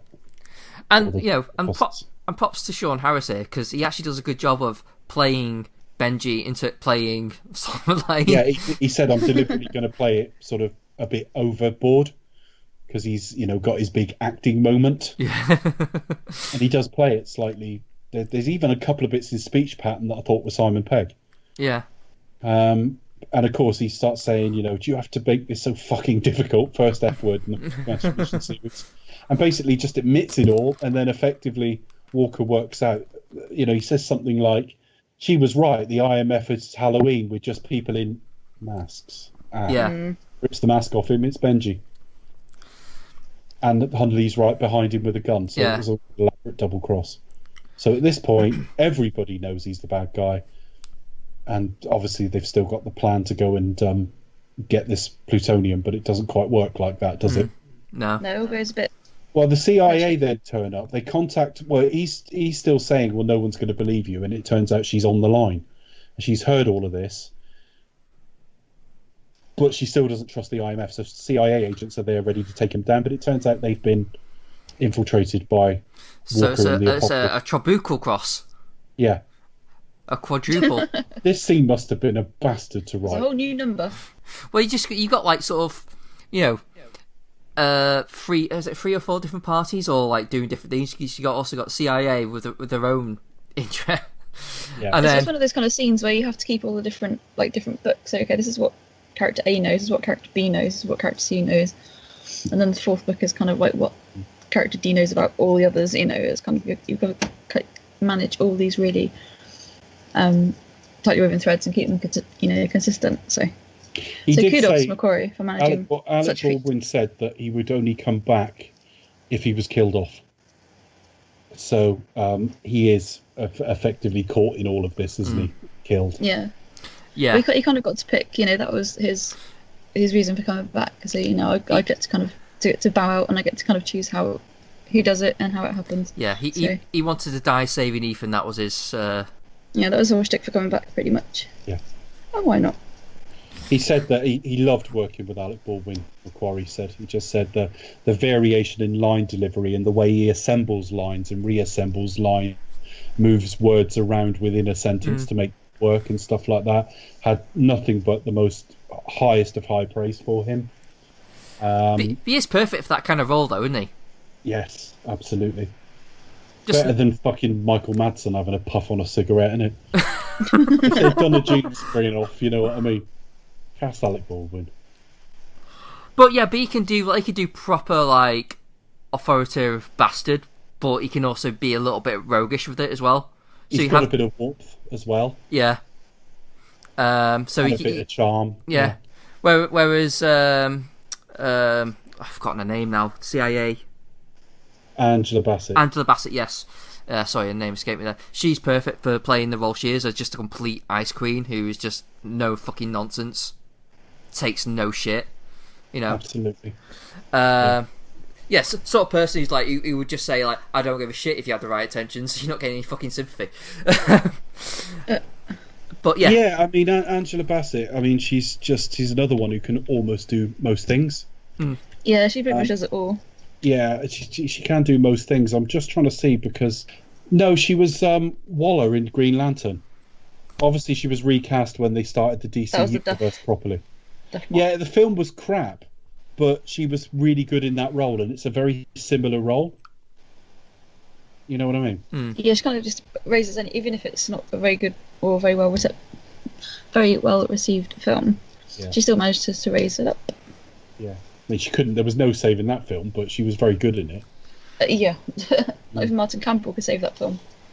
Yeah, of course, she made her name with Tina Turner. What's Love Got to Do with It? And she was also in Malcolm X. I was going to say, didn't she play Tina Turner? Strange Days. She's in that as well. She was in Strange. Oh god, that's a good film. I've not seen that for a long time. I think that was my Ralph Fiennes drug. Yeah. Gateway drug. Yeah, I remember that film, but. Because that was set in 2000, which was like really futuristic when it came out in 95. 5 years away. I know, but 2000, Once Upon a Time, sounded really with Russell Crowe as well, like in a breakout role. It's like when you watch Demolition Man as well. It's like that's only set like 5 or 10 years since that's released. It's in the near future. Yeah. And we're still not wiping our asses with shells, are we? No, not at all. No, we're past that. We're past it. You've moved on. Maybe on from that point. One day. Maybe one day. Yeah. You never know. It might come back into fashion. Okay. So we launched straight into like. No, probably won't come back into fashion. We launched straight into the foot chase section of the film. Tom Cruise running, which is just pitch perfect. Apparently, there's one section of this where the run bit is 1 second faster longer than in 3. But this is quite good because again they're playing Benji for the comedy bit, but it actually works because he's just not quite reading the tablet properly. He's trying to tell Ethan where to go to chase Walker before he gets away. And you also have the visual cues like, why is he running in circles? He's gonna get away. You got him like sort of like running into like sort of St. Paul's, like interrupting like a funeral. They had like a debate whether like should it be a wedding or a funeral, and he landed with funeral because I thought that would be a bit more inappropriate, so he just went with that. Yeah. And then of course the bit where he's got to jump out the window, and it's like What are you waiting for? I'm jumping out of a window. What do you mean? Oh, sorry, I got it 2D. That's funny. It just is on. If I'd read that in the script, though, I'd gone, no, I'm not sure about that. But it works really well. And he just, he was born to do this stuff. The bit where he's running that really long run across the roof after he jumps out the window is just absurdly long. And of course, he's jumping across the roof. And we get slightly angelic music as he jumps across the roof, which did make me smile. Yeah, but that's where he breaks his ankle. Yeah, and given that quite a large part of this is actually done 6 weeks after said incident, it's actually quite it's quite impressive, really. During that scene as well, we also see a cameo from Lolly Adefope, who will be known to fans of This Time with Alan Partridge. Was she the outside person they used to go to? Yeah, she's the outside broadcast who basically contradicts whatever he says. The time delay and contradicting him and all that. Yeah. I didn't notice her. I was kind of like, I've seen that lady before. The one who stands up to let him grab her chair to throw through the window I recognised, but I didn't have time to figure out who that was. No, I just spotted her this evening and I was like, oh, obviously she's a bit more prominent now. So, but yeah, they're very cool. But pitch perfect. This film hasn't stopped except for one sequence, which was a load of double crossing that explained everything and gave you stuff to think about. He chases Walker to the Tate Modern, which, if you've ever been to London, is a very, very distinctive building. Yeah, I think it's the first time for being shot at the top of the roof, because it's quite an iconic building. As I say, you can't miss it. And but if ever I venture up there, we kind of use it as a local landmark. Oh, let's meet there, Yeah, he hangs off the bottom of the elevator, Skyfall style, and is basically told, if you follow us, this will happen, and he's got a photo of Julia. Yeah. And that's it. He gets to the top of the building, but they take off in a helicopter with Lane. But then we find out, where do we go directly from there? I know what we find out next, but where are we when we find out the thing's been put in his neck? We have a scene with Luther and Elsewhere, but basically he explains a bit about Julia. Yeah. And kind of a bit about what, a bit of guilt. He's only really cared for two women. Yeah. One's you and one's her. And we'll forget that. We'll forget that, part 2 abomination. and number one, she died before there was anything particularly there, but yeah. Yeah, but the part 2 with Tandy Newton, we don't know what happened to her, do we? But there you go. So there's just a little bit of exposition that kind of hints towards the end of the film that he might have feelings for her, that Ethan might have feelings for her. Yeah. There's a bit of guilt about why we're in this whole mess. He did it to save me, and kind of there's that. And he does give that little bit of backstory. If you haven't seen a film before, they were happy for a while, but he kept wondering what was going on. She kept wondering, who he wasn't saving while he was happy with her, and all of that sort of thing. And eventually she was taken. He got her back, but yeah. And of course, that's all exposition for anyone who hasn't seen the previous films. And it's actually welcome if you have seen the films, just from the point of view of filmmaking. We've had Impossible. Well, we've had a wedding scene at the start of the film that's a dream sequence anyway. We had another sort of dream sequence later where she was talking to Lane. We fell asleep in the truck and dreamt that. That's a really handy way in. Yeah. But they now reveal that when they took the thing out of Lane's neck, they put their own one in with a 36-hour delay in case the apostles were tracking. Mm-hmm. And they find he's headed off to Kashmir. And they've got all the other information that they're going to have to sort of decode on the way. Again, the film keeps moving, reminds me of 4 like that. They originally had sort of footage where they were going to have them land and discuss it all, but they have it in the car on the way. It's a very busy film, isn't it?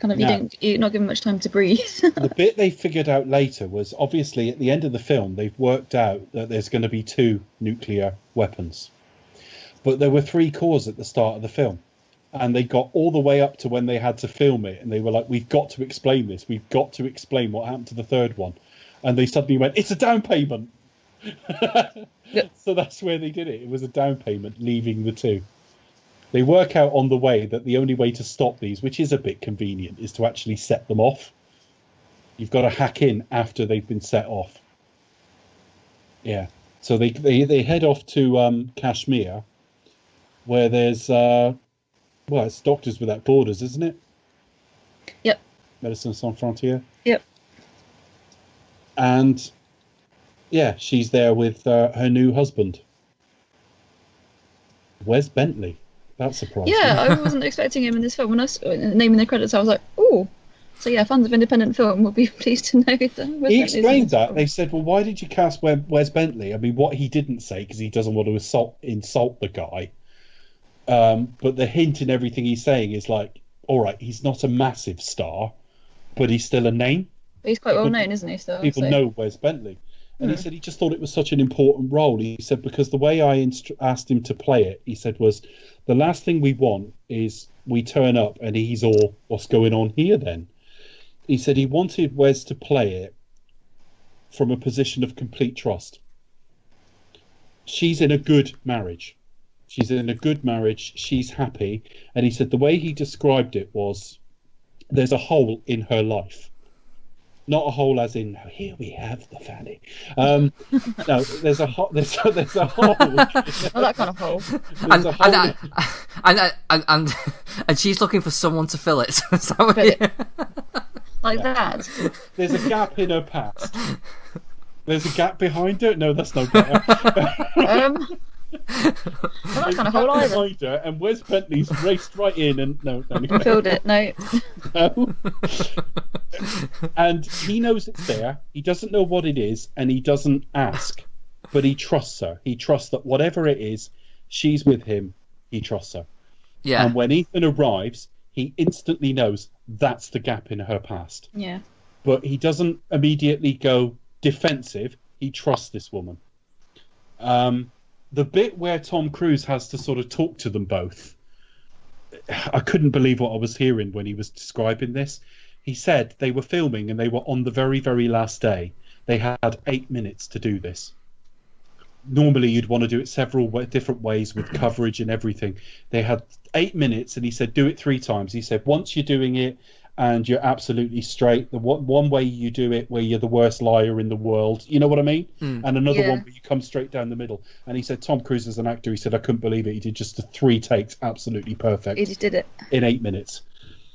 And he's basically painting himself as a doctor. I forget what he's called. It's quite funny, but he gives himself a different name, Robert something or other. Yeah, he's got some kind of funny name, hasn't he? So. Well, it's just the fact he makes it up on the spot. If someone said, what are you called? And I wasn't aware I had to make up a name, I'd be, don't know. But he just pulls it out of the top of his head and he's like, oh, this is a great name. He paints that they're there to help, but actually they're about to pack up. They're there inoculating everybody.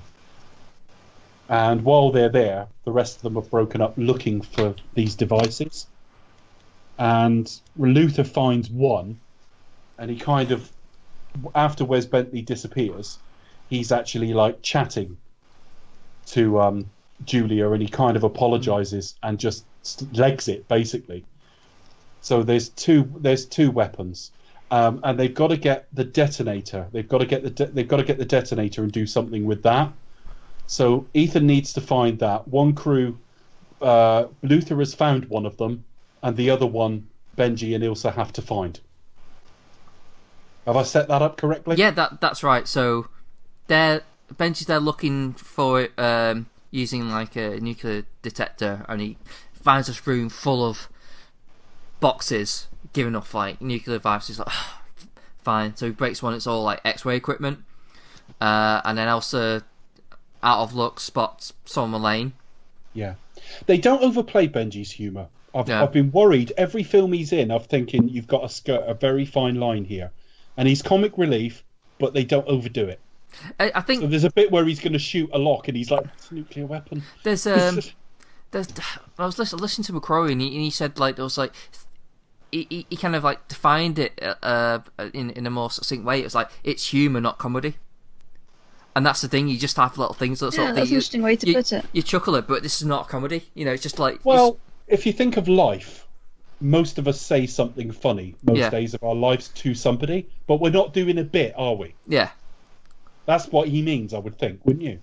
Yeah, just a little bit of light relief, isn't it? That's what I say about films all the time. Life has levity. So you can have I'll say it when we get to the new Planet of the Apes films early next year. I think until you get to Bad Ape in the third one, with Dawn there's no levity at all, or there's very, very little, and life has levity. You get gallows humor and stuff like that, and it's not about making things comedic. It's just about people just tossing off the odd remark here and there that actually, when you think about it, it's quite humorous. But they so basically Julia finds Luther and helps him. She's immediately, how can I help? And that was a Macquarie thing as well. He said that's who she is at her core, helping people. And instead of being, I can't believe I've been put in this situation, it's I want to help. And he said it was horrible for Ving Rhames, because apparently Ving Rhames' knees are not in good condition, and he was kneeling on gravel for hours. Ah. But yeah, Benji he also finds the house, and Lane basically attacks her.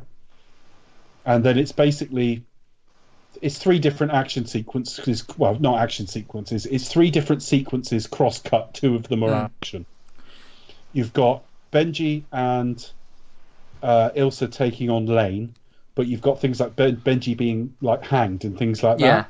I nearly said Benji being hung. That's not what I mean. Well done, Simon. You're quite hung there.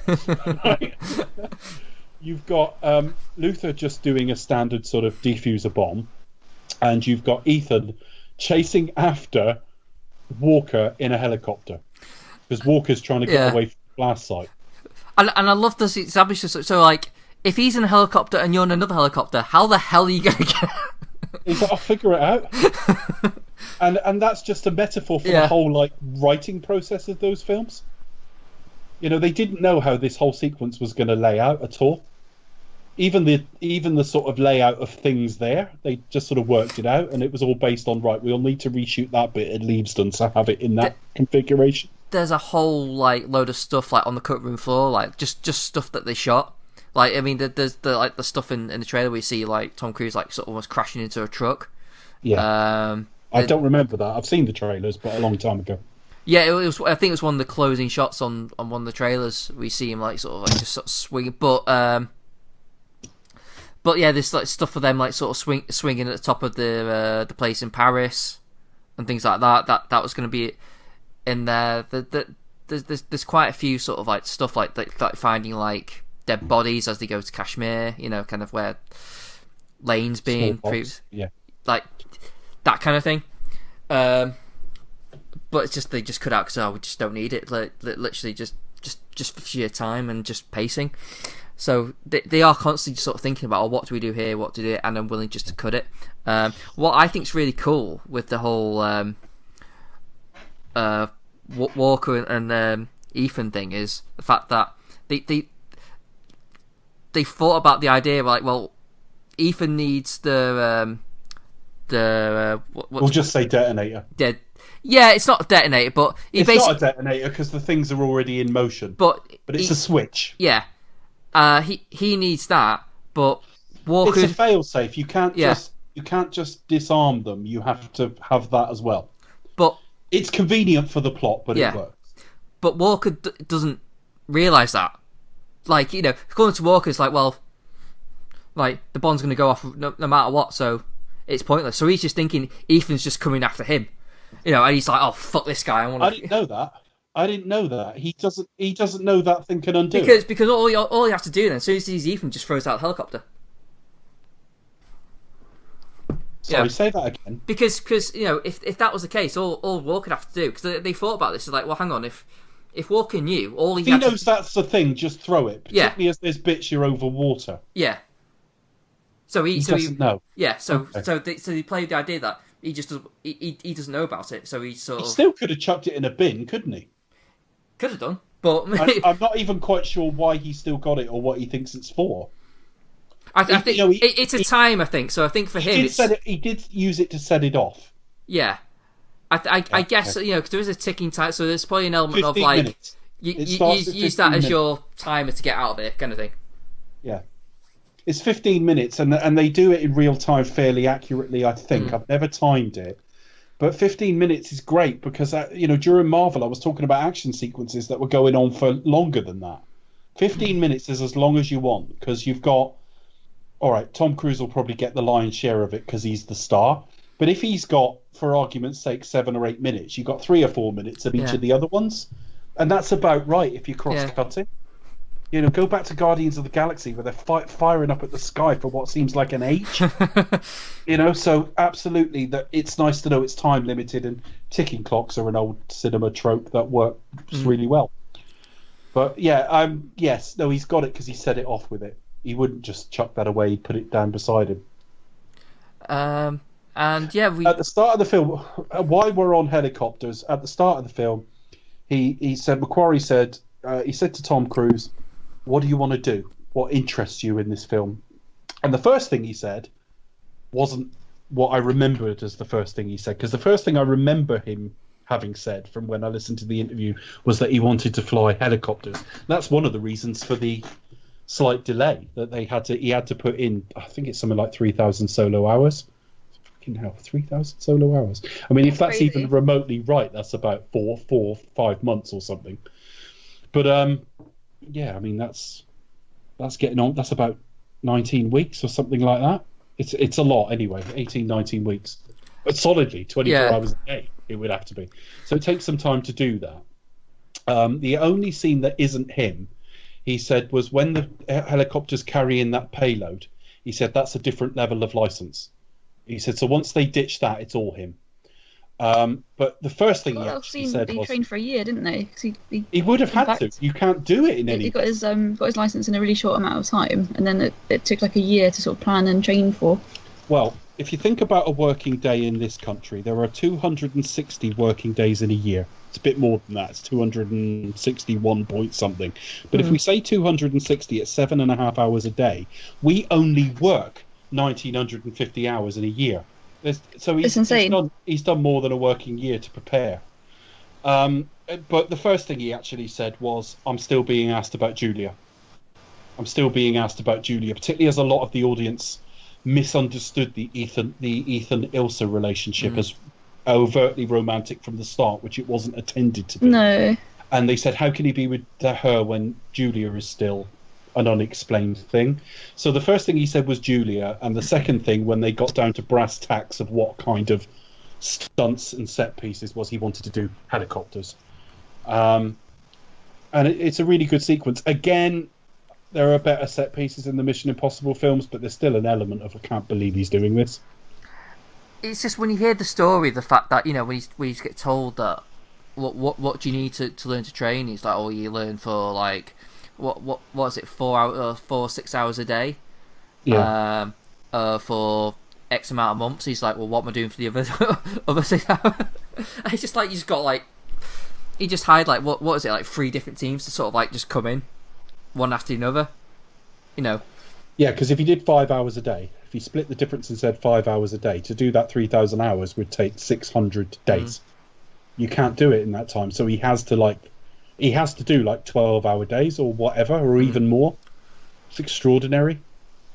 Yeah, I haven't looked at his filmography in that period. I can't imagine there's an awful lot else going on in that time. It's just like, I just don't know. I just don't know what he does. He's just like, he's just a machine. There's no way for it, you know. Given the fact that he already flies as well and things like that, it's just insane. And even throwing like a little bit of aspect of like, you know, did he think about, does Ethan know how to fly a helicopter, or does he not know how to fly a helicopter? So you have this like line of dialogue where he's just kind of like, all right, so where are we? Okay, well that's airspeed or something. That's right. Looking at the dials, you get the impression he's flown something. Yeah. So he looks at it and goes, "Yeah, this is familiar." The first guy he bumps into looks like Henry Cavill. It's his stunt double. Yeah, I did think that. I thought, that'll be why. It's like in Die Another Day where Bond turns up wearing exactly the same thing as the Diamond guy, and it's like, that's convenient, isn't it?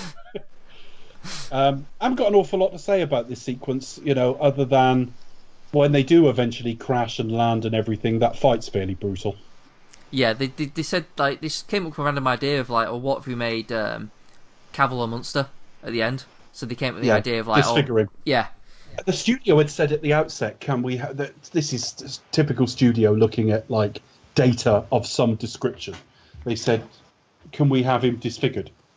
They actually said, "Can we have a disfigured villain?" They had some examples. I doubt it would go back to Bond. That's too long ago. But they would, they had examples where they were like, audiences will respond to that. And they actually ended up not wanting to do that, but said, well, actually, we like the idea of doing it at the end. He turns really monstrous. And also, they were talking about rock climbing, but they were determined that it didn't look like 2. Yeah. Because they said that rock climbing is probably the iconic bit of that film. So he said, we can't have it look like that. And it just the way the whole scene is. He said, firstly, it's a very different rock anyway. It looks totally different. And also the things that are going on. He's not free climbing in the same way. He said the other thing, the stakes are different. He said in that, Ethan was only risking himself. It was extreme sport. Yeah. He said, but this is obviously the world at risk, or that part of the world. Yeah, everything's on the line here, and it's just. I know it's sort of like traditionally it cuts to the wire because there was a really good aspect of the team going in blind. Like, has Ethan got there? We don't know. Well, we might as well just cut it. But it's trust, and again, I wouldn't call it twee, but it's a bit. It's not even cliched, but it's a bit. It's kind of a predictable trope, but it does sell this growing team that we've had since part 4. That no, he'll figure it. He said he'll figure it. He always does what he says. It's like at the start where he says, "You'll be fine, Benji. I'll protect you." And it's like, "How will you protect me?" And it's like, we know he will. It's a Mission Impossible film. It's unlikely that Ethan will ever be proved that wrong. But later on, he says it to Ilsa, and it's like, well, how are you going to protect? I'm working on it. Yeah. That we know they'll figure it. So yeah, they get the better of Lane in that shack. So you've got Benji and Ilsa cutting the wires with guidance from Luther, repeating what he's just gone through with Julia.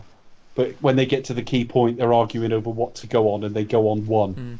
And Ethan at 15, when the count's at 15, he's a good 10 yards away still, having to climb up. Maybe a bit less than that. But yeah, he gets there in time, and you get that flash of white, like it's gone off. And he said, "Sunrise." They said, "Why did you decide to do that?" He said, "I couldn't make Ethan reaching for the device look cinematic." He said, "I just couldn't show that in a way that looked any good." So yeah, working it out as you go. Yeah, because it has a nice sort of element where it's got it in between his teeth, and he just spits it out at the end. Yeah. It just kind of works better, I think, yeah. Yeah. And, of course, then he's found an hour later. I did miss him saying mission accomplished. You've been missioned! Yeah. When you've been missioned. Mission not so impossible. Mission not difficult. Yeah. Mission easy. Mission doable? Mission possible. Yeah, mission possible, there we are. Yeah, but he looks well beaten up here. Yeah. And again, it's the not being precious about age, because he's got some growth on his face as well that's white, or grey anyway, or salt and pepper at best. It's dropped into dialogue later. He's found an hour later. He would have died from exposure not that long afterwards. Yeah. And he's got broken ribs and all the rest of it. So the next thing we see is he's in a hospital bed. Even though he was determined not to see him end up in bed at the end. They tried to avoid that, and when he was shown the cut, Tom just went, "Yeah, all right." Yeah, it's got to be done. Yeah. They even flew the White Widow out for that scene just to stand right next to Angela Bassett, and decided not to use it. So she's flown all the way to New Zealand just to stand there, and it didn't get used. But of course, was it in New Zealand, or I thought that was in London that night?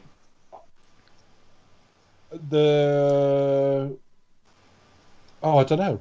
They did fly her out to New Zealand, whether it was standing next to Angela Bassett. Okay. Because they did film something where, like, it was at night where they meet up with Angela Bassett and they do all that bit in the car is intercut. Yeah. But no, they did fly her out there and didn't use her in the end. Yeah. The bit where she walks in, Julia walks in to see him, and Ilsa whispers in her ear, that's improvised. And he said he didn't know what she'd said and didn't ask Macquarie. He said, but by the time he did the second interview, he said, I know what it is now, and you're better off not knowing. So, it played.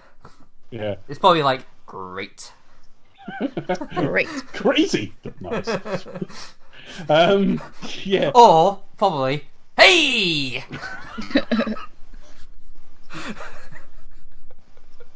Is he any good? Worth a crack? Score out of 10, was it? It plays like Consent, though, doesn't it? It plays like, Yeah. Thank you for everything, that sort of thing, or I've got him from here, that sort of thing. He's mine now. Yeah, he's mine. You can fuck off with Mr. American mine, Beauty. Yeah. Good luck with that. Yeah. We'll meet up next year and compare box office grosses. What about that? See who does better. Now piss off. Jog on. But no, it plays really well in the film as a choice. It just plays like the passing of the baton, and a strong hint at the end of this film that there is a possible way to integrate that life with some kind of relationship if it's Ilsa. Yeah. Because Ilsa is that life, isn't it? So Ilsa is that life. He doesn't have to choose. So I like the way the film ends. Ends on a strange line. Don't make me laugh. Yeah. Apparently the film ran out. You see a tiny, tiny little flash as it goes to the credits, and he says no one will notice because we're going to credits anyway, and like the fuse and so on. But the film ran out. They must have shot this bit of film. They must have shot this film on film. I didn't know that, but anyway. Yeah, it's quite interesting. I can't remember seeing that thinking, what was that? And I thought, maybe it was something to do with the fuse. But yeah, sort of reading up on it, they're like, there's the film running out of I've never noticed it. Like, again today, and I forgot to look for that bit. I didn't notice. So yeah. Anyway, final thoughts from me. I couldn't have been more pleased at the end of this film. I just thought that's perfect. You've dealt with all the emotional bits that hang from previous films. You've delivered action the equal of anything in the series, and you've stitched it together in a better story and a very propulsive story. It's a bit like 4 that way, but there's more action in this than there is in 4. So yeah, the bar is now very, very high, both for this series and for any other sort of family-friendly action series that follows. They're going to have to go very, very well to sort of match this. So that's all I'm going to say. Yeah, definitely can't really say much more than that. I think this is probably not just one of the best action films of 2018 season.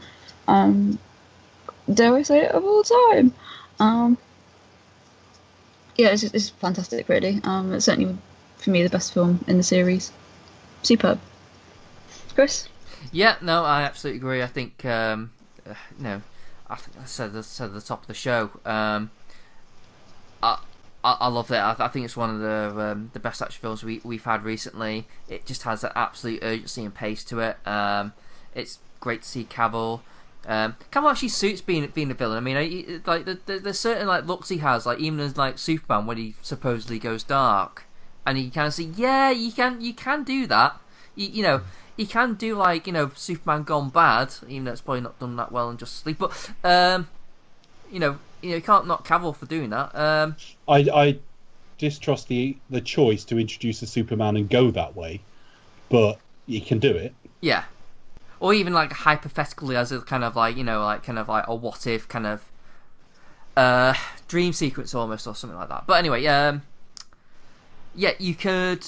Yeah, this is just great. The action is just consistently great. As you say, Dave, it just does not stop, and there's a complete.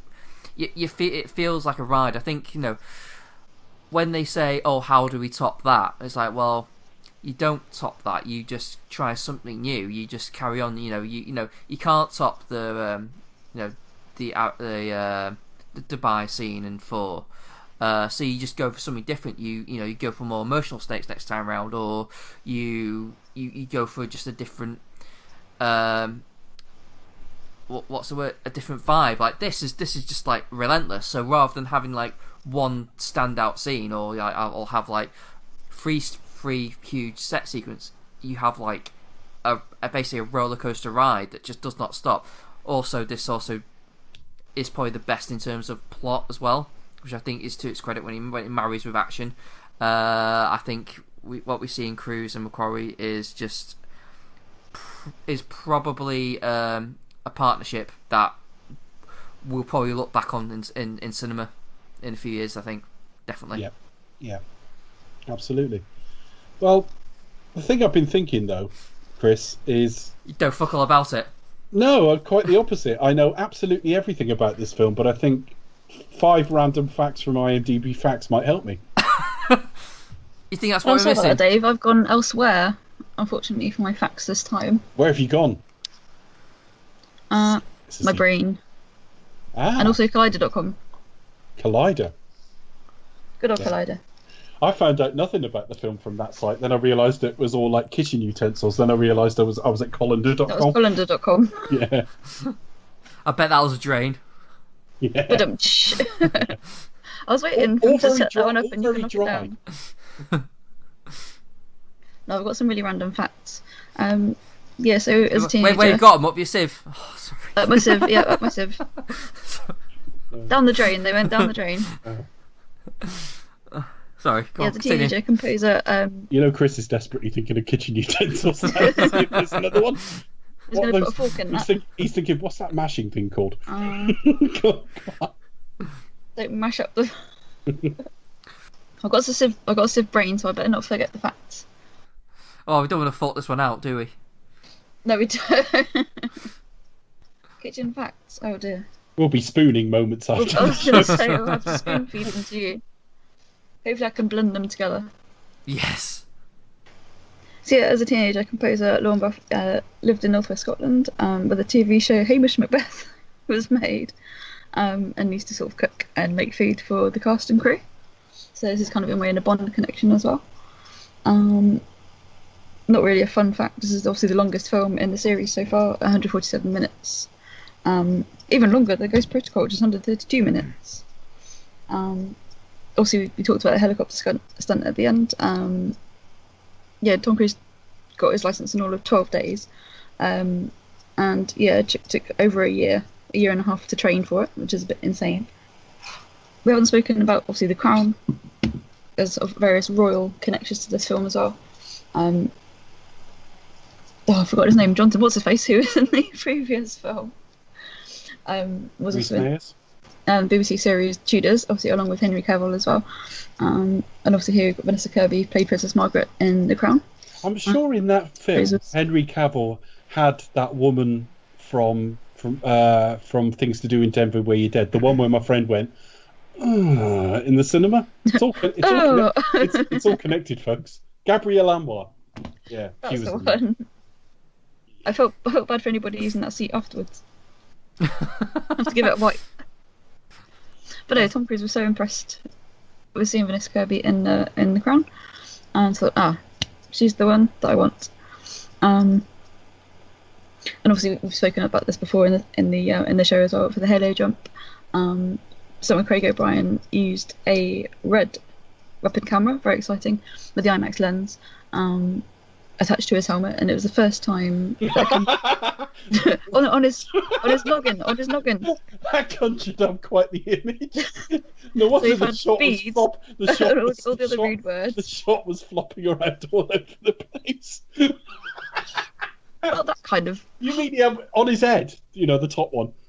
Literally attached to his neck. But that type of camera had never been used before in a free fall stunt, which I think is pretty fun. Yeah.